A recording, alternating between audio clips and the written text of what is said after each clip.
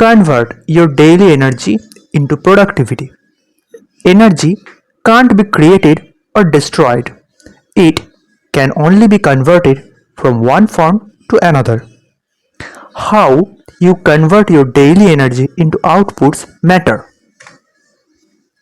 24 hours, that is 24 into 60 minutes, or 24 into 60 into 60 seconds a day, is all we have to convert our energy into productivity.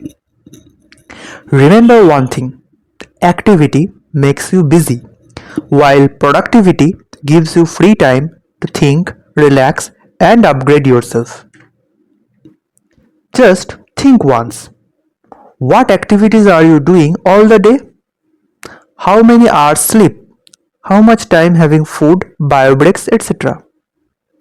How much time do you spend doing work? Work means office job, maybe factory job, maybe desk job, maybe field job, whatever be it. How much time spent on traveling? Apart from these, there is personal time for family and self, and some non-productive activities. The most important non-productive work: mindless screen time, gossip about other people, caring too much about what people say or think about you. Smartphones, tablets, PCs, and internet are essential nowadays for everyday formalities as well as informal activities like sending important messages, online shopping, transactions, meetings, all are important. But mindless scrolling through your Facebook feed isn't. Most of us don't even take an account of the time lost scrolling through Facebook feed or Reels daily. Chatting at coffee shops, gatherings, or during a high tea is quite normal. However, criticizing, gossiping, or making fun of others during such times aren't so. In the reverse case, overthinking about what other people think, criticize, gossip, or laugh at you also wastes a lot of energy from your daily quota. You need attention, time, energy, and dedication to perform any productive or non-productive activity. Choice is yours: productive or non-productive.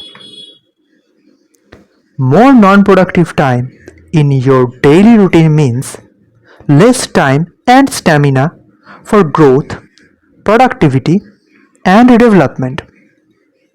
If you are busy doing nothing, that is, suffering from anxiety, inferiority complex, excessive self-consciousness, remember that these activities are consuming energy. Smart work and hard work, two popular terms in recent days. What are their meanings? Suppose you find that cooking oil at your kitchen got finished. You have 1 hour time before starting for office. Now you have to go to grocery shop and get cooking oil. Now you go outside and fetch a pack of cooking oil. Fine. Now as you open your cupboard and look for eggs to prepare morning breakfast, you find only one egg remaining. As you crack it open, it's found to be a rotten one. Again, you have to visit grocery store for purchasing eggs. It's getting late for office. Let me remind you that already 30 minutes passed and you are puzzled about your breakfast till now. After 10 minutes, you hurry back home with a crate of eggs and successfully prepared a double egg omelette successfully. Now, time for a slice of a bread. Oh no, you finished the last loaf of bread last evening. while scrolling your phone at midnight when you felt a little bit hungry. Again, you need to visit the local grocery store. It's only 5 minutes remaining. If you don't start for office, you will reach late. You sprint to and fro the grocery store with bread, and without even toasting it, you anyhow managed to finish your breakfast. Without even having a bath, you just put on clothes and started for office. No other options. Just think it smartly. Before you start cooking, you know the ingredients and accessories. Sit a minute, contemplate and plan all the things needed. If necessary, assemble all tools and ingredients at a place on table. Take out eggs, bread, oil, spoons, cooking pans. Check the oven, plates, knives and forks for breakfast right at the start. Make a list of the things which aren't okay from this checklist. Now go for shopping. The tasks will be over within 15 minutes. A smarter way would be to plan and make the checklist beforehand during the previous evening. Hard work means draining physical or mental energy more, while output remains modest or at most average. While smart work means planning and programming properly beforehand and executing several operations in a planned way. This will make you tired to a less extent.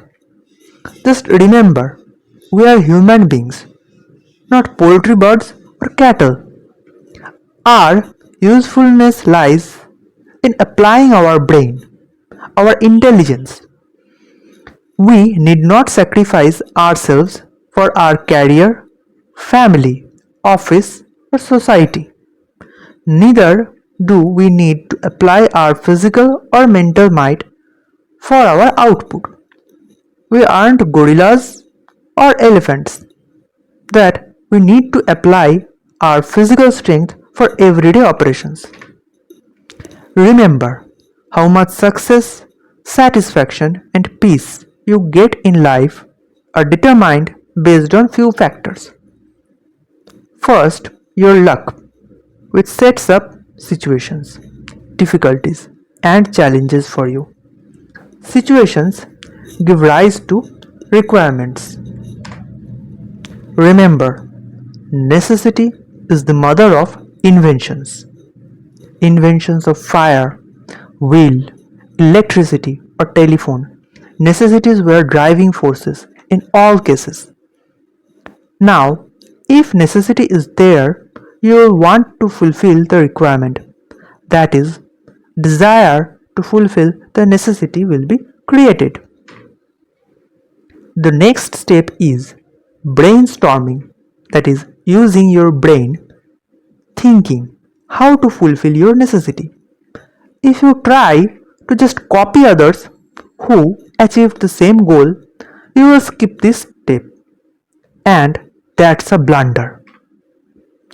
As I previously pointed, we are not livestock animals.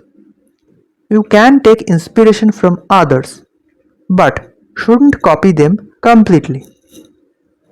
For example, you need to be financially independent by the age of 25 years, or maybe 22 years.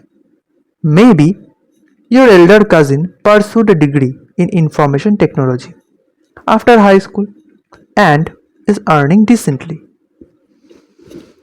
Now you are quite impressed by the money and the standard of living he or she enjoys. You, without exploring your own potential, become determined to become an IT professional. Market condition, demand, etc. factors are always changing. These parameters might have changed now. Scope, potential, competition, all factors are variable from person to person, time to time, place to place.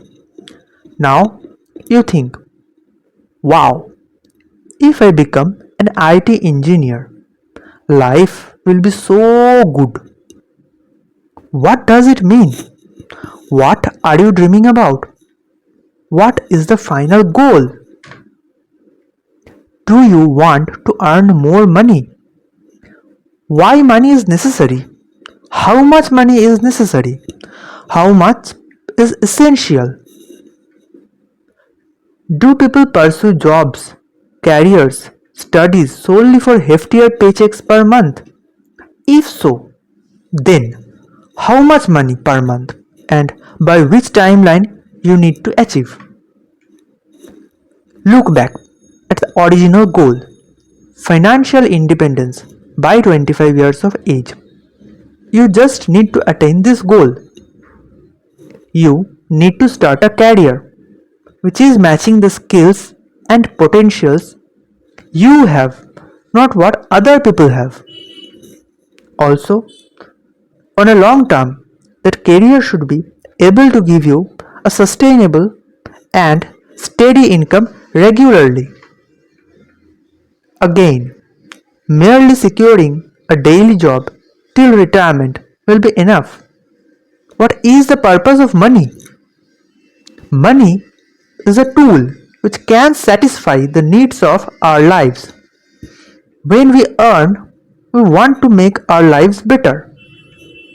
Whatever job you choose, if you copy others' money, standard of living, expensive articles, and set your life goals accordingly, then money will be useless in satisfying you.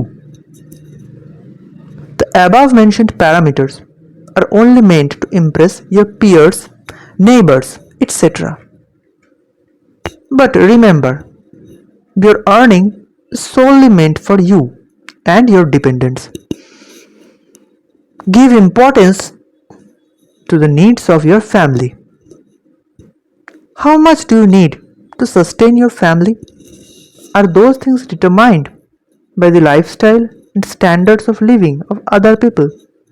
No, it is your choice.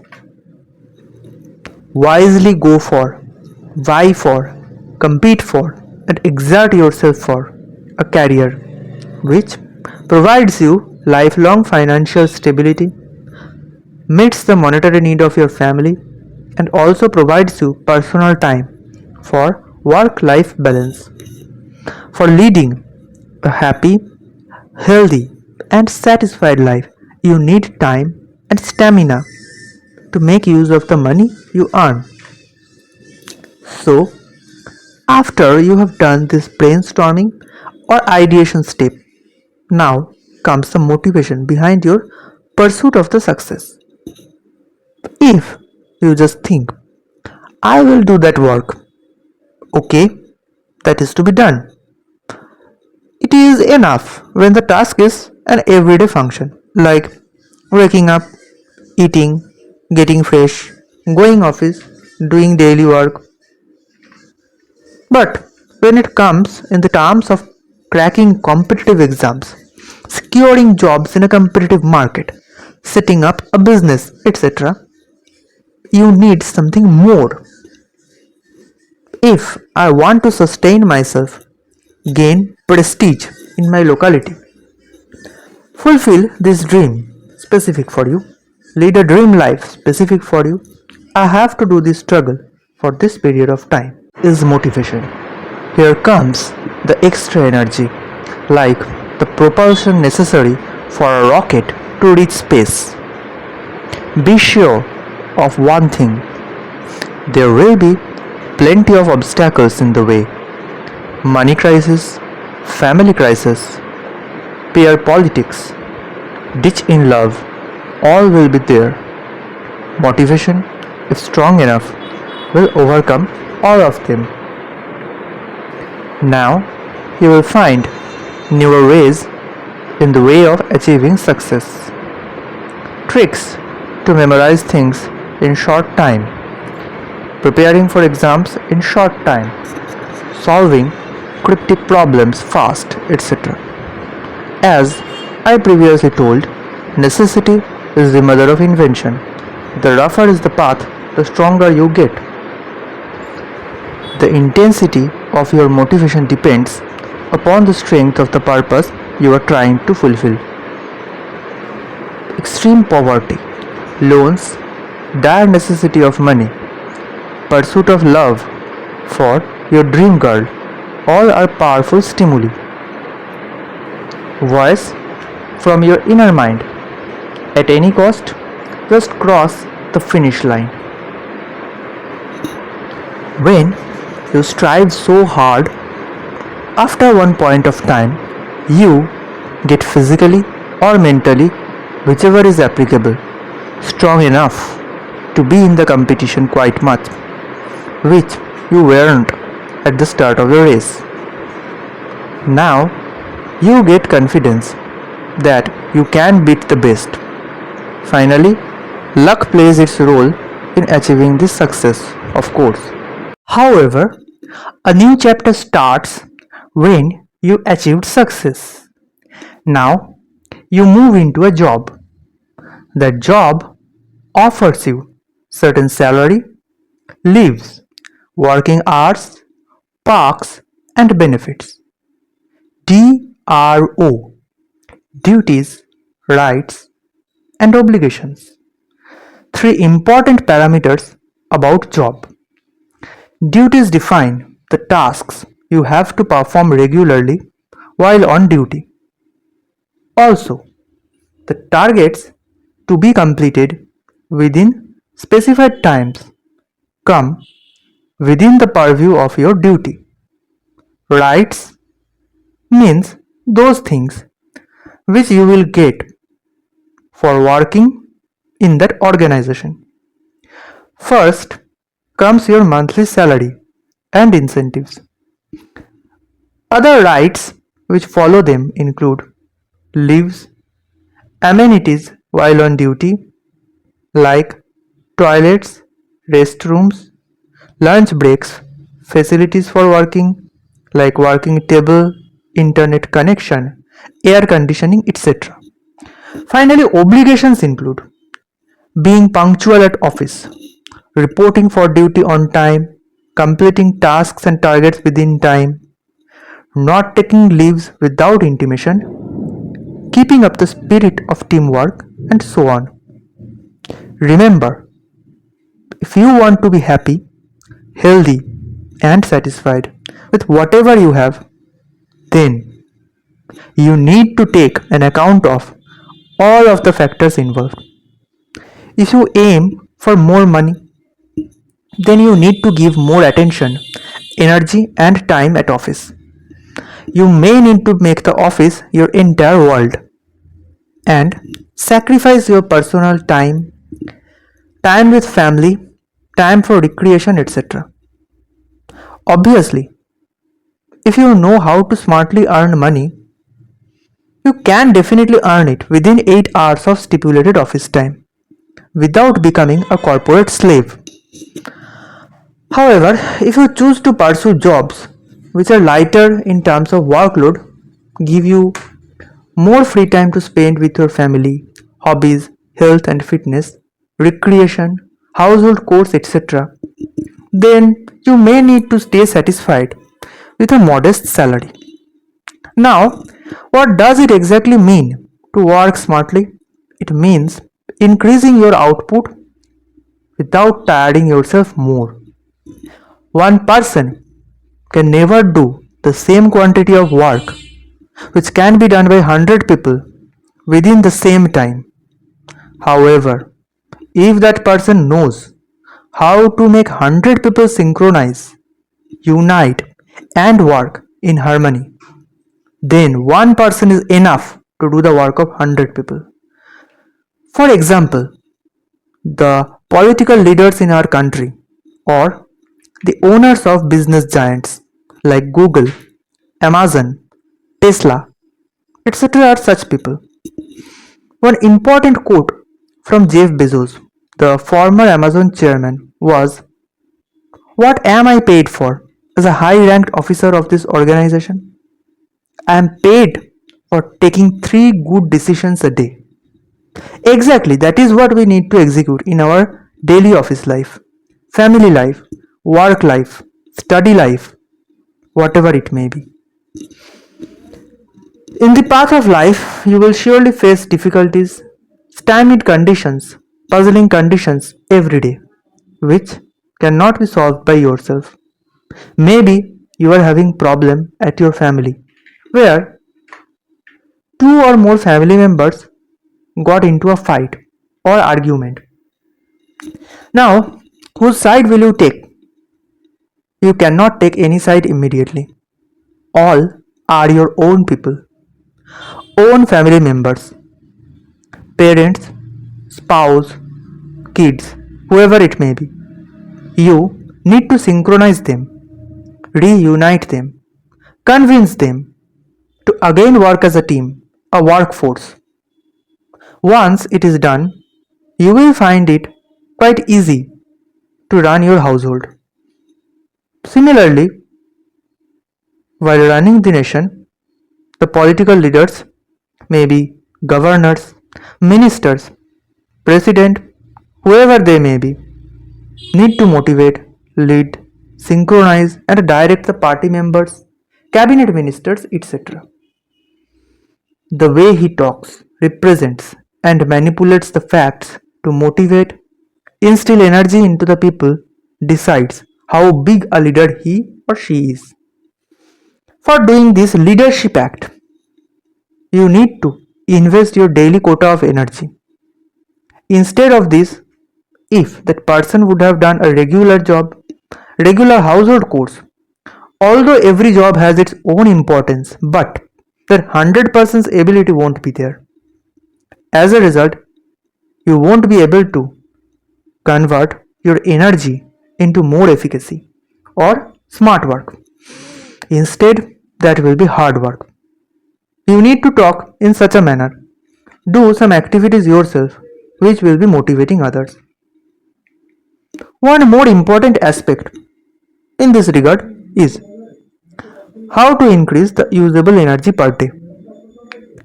Main source of energy to keep you active throughout the day is food.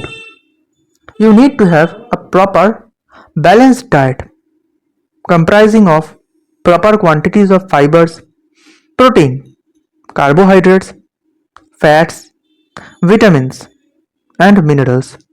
You should exercise regularly, including physical activities and strength training. Maintain proper body mass index.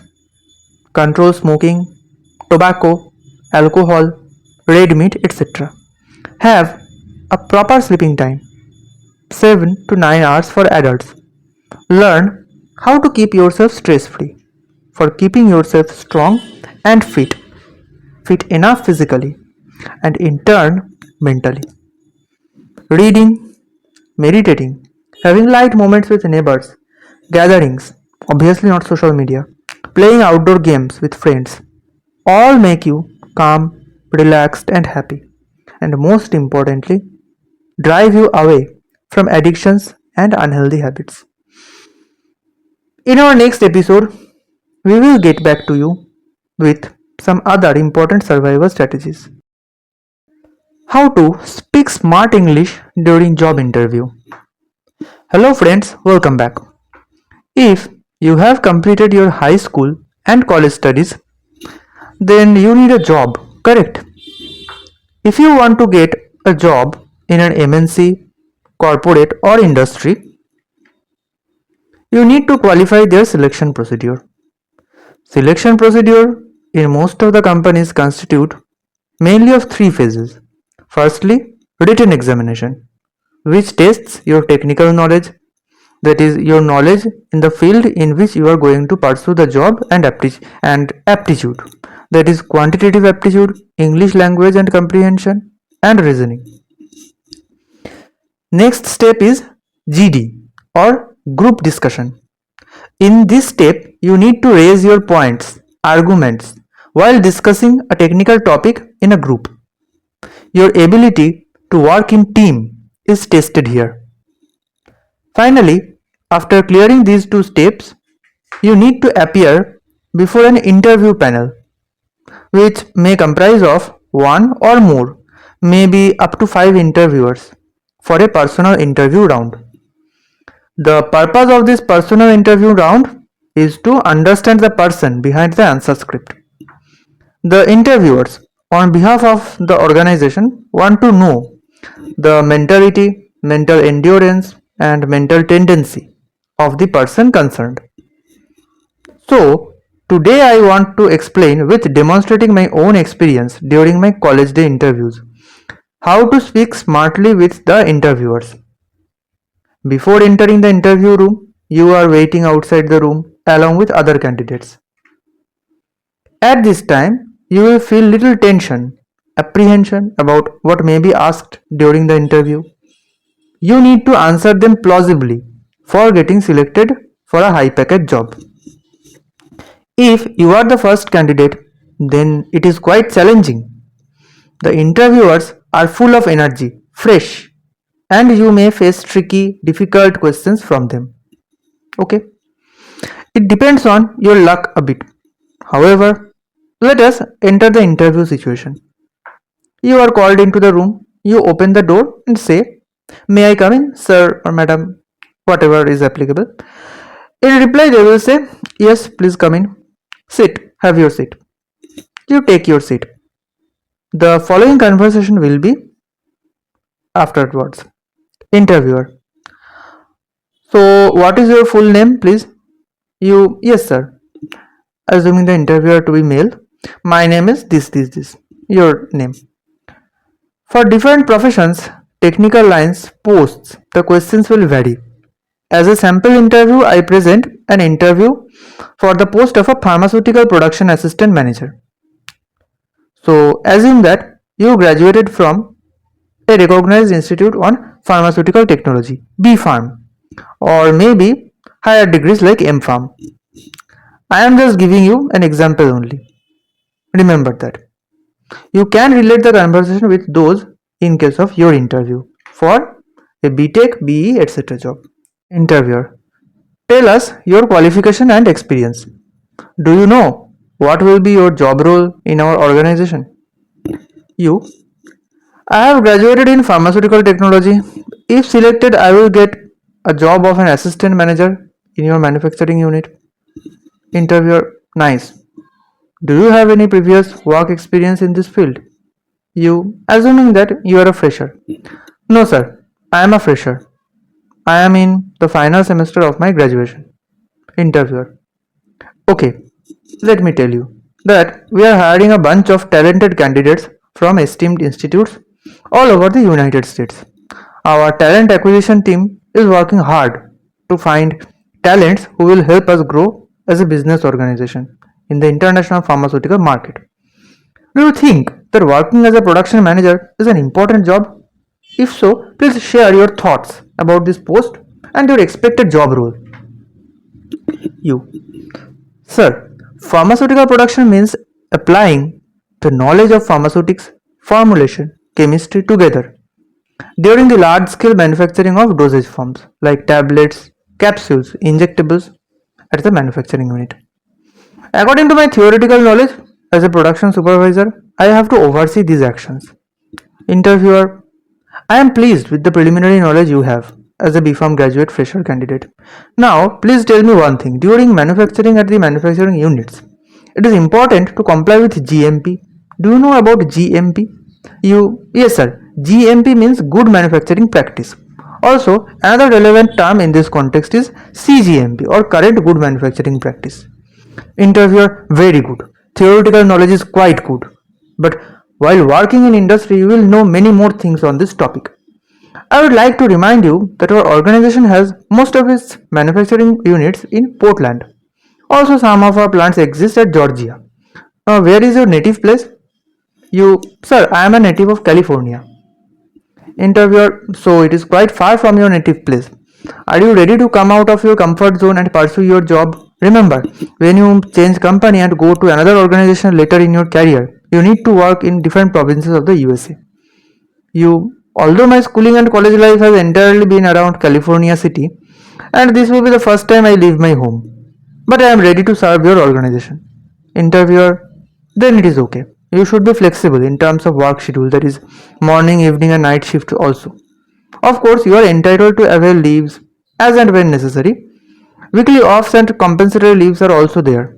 Till now, do you have any question? You I want to know the daily tasks I will be required to perform as a production manager if selected. Please let me know. Interviewer, okay. Listen, all the things cannot be told within this short period of time. To be precise, it is a responsible job. Every 8 hours, shift change will be there. 3 shifts are there: 6 am to 2 pm, morning shift, 2 pm to 10 pm, evening shift, and finally 10 pm to 6 am, night shift. You have to be on duty at the area where manufacturing of pharmaceuticals are being performed, referred to as the shop floor. Firstly, take handover from previous shift in charge.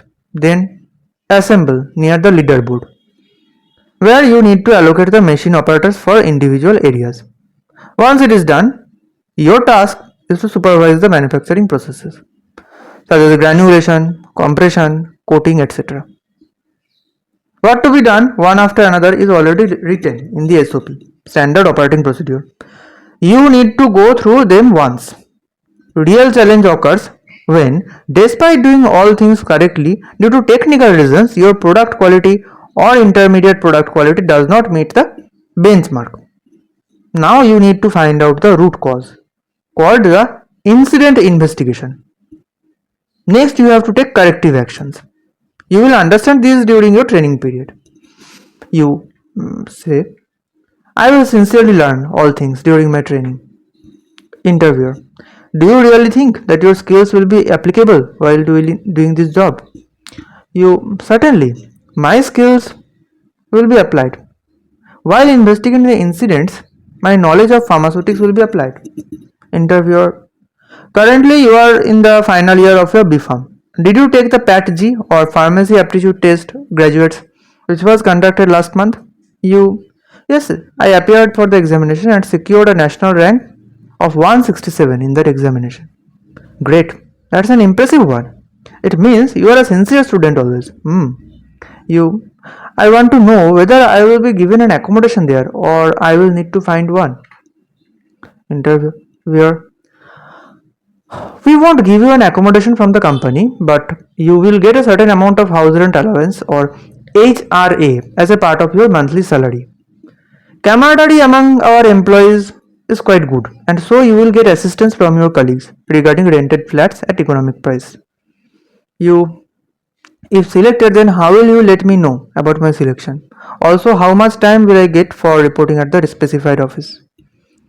Interviewer, after you clear the written examination and group discussion rounds, we informed you through your class placement coordinator.